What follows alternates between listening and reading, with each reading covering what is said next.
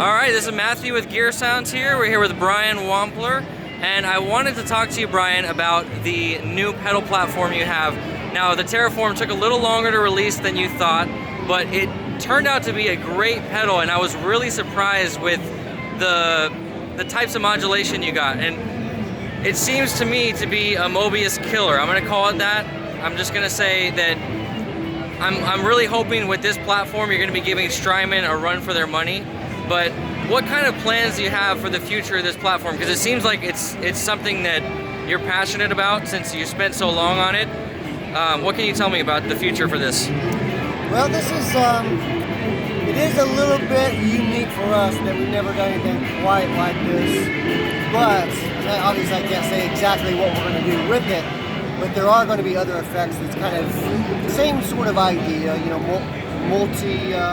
multi abilities, MIDI controllable, lots of cool features, but really easy to use, definitely for sure. So probably 2 or 3 more of those coming out. People asked me about this in the comments on one of the last videos, but as far as doing deluxe pedals, you're not huge on doing like version 2, version 3, like Earthquaker Devices is on their 3rd version of the Afterneath.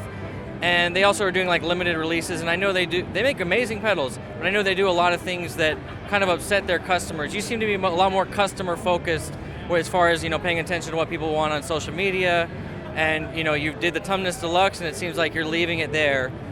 Do you have plans to do deluxe versions of some of your other pedals? And I asked you this last year and you gave me a wishy-washy answer, and I'm asking you again.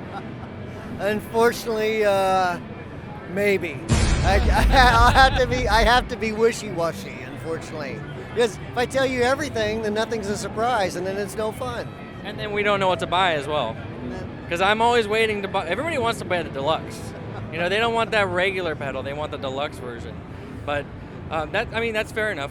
As far as that new platform, are you seeing that that's kind of the future of pedals? Is kind of having, because is that pedal digitally controlled? It is, yes. So it's all digital on that one, and then controlled digitally, of course. So it's not like much like a Chase Bliss sort of thing where it's an analog chorus circuit that you can control all different parameters. This is one where you have 11 different effects that you can control each one of those effects independently and control all the control all the parameters as well. So it is a completely digital pedal, because some of the effects, and in my opinion, are absolutely amazing, and some of the effects I feel are getting there to the point where I'm like, you know what, I could see myself, you know, throwing away some of my old, you know, phasers or Univide pedals. Are you planning on kind of improve, like, since it's a digital pedal, do you plan on improving the software through algorithms the way Strymon does with updates, or would you release an all new pedal? You know, I'm not a fan of updates that much, because to me, an update says that we didn't do a good enough job the first time. So, I mean, that's why, like, version 2s and stuff, we do it if we have to, or we do it if, like, a customer says that they wish we had a bunch more features on a particular pedal. We might do it then, but I don't really like to. At that point, I'd rather just create something new. I just, you know how whenever you get a computer and it seems like it updates all the time, you're like, why didn't they just get this right the first time? Yeah. That's how it feels to me whenever, you know, I'm playing a pedal or something like that, and then there's a new hardware update. And I know sometimes that's just inevitable. Sometimes you find bugs where you're like, we didn't find it until this one weird isolated incident happens. It does happen. But yeah, I'm not a big fan of having a bunch of continuous updates. I would rather just get it right the first time. You know, that's kind of what I sensed about you, and that's really why I like you. And honestly, what's kind of kept me away from purchasing an Earthquaker pedal, nothing against their pedals or against a JHS pedal. I love their pedals. I'm just worried, am I buying on the cusp of a version 3? You know, and that's something that people don't really have to worry about you. And I still think that you're definitely the king of dirt, but I really like that you've been into delay and reverb for a while, and now you're getting into modulation.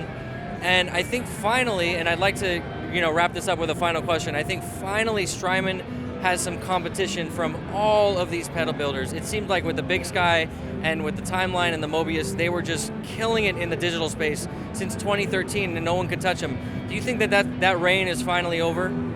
I wouldn't say over. I mean, Strymon's a good company. They make good stuff.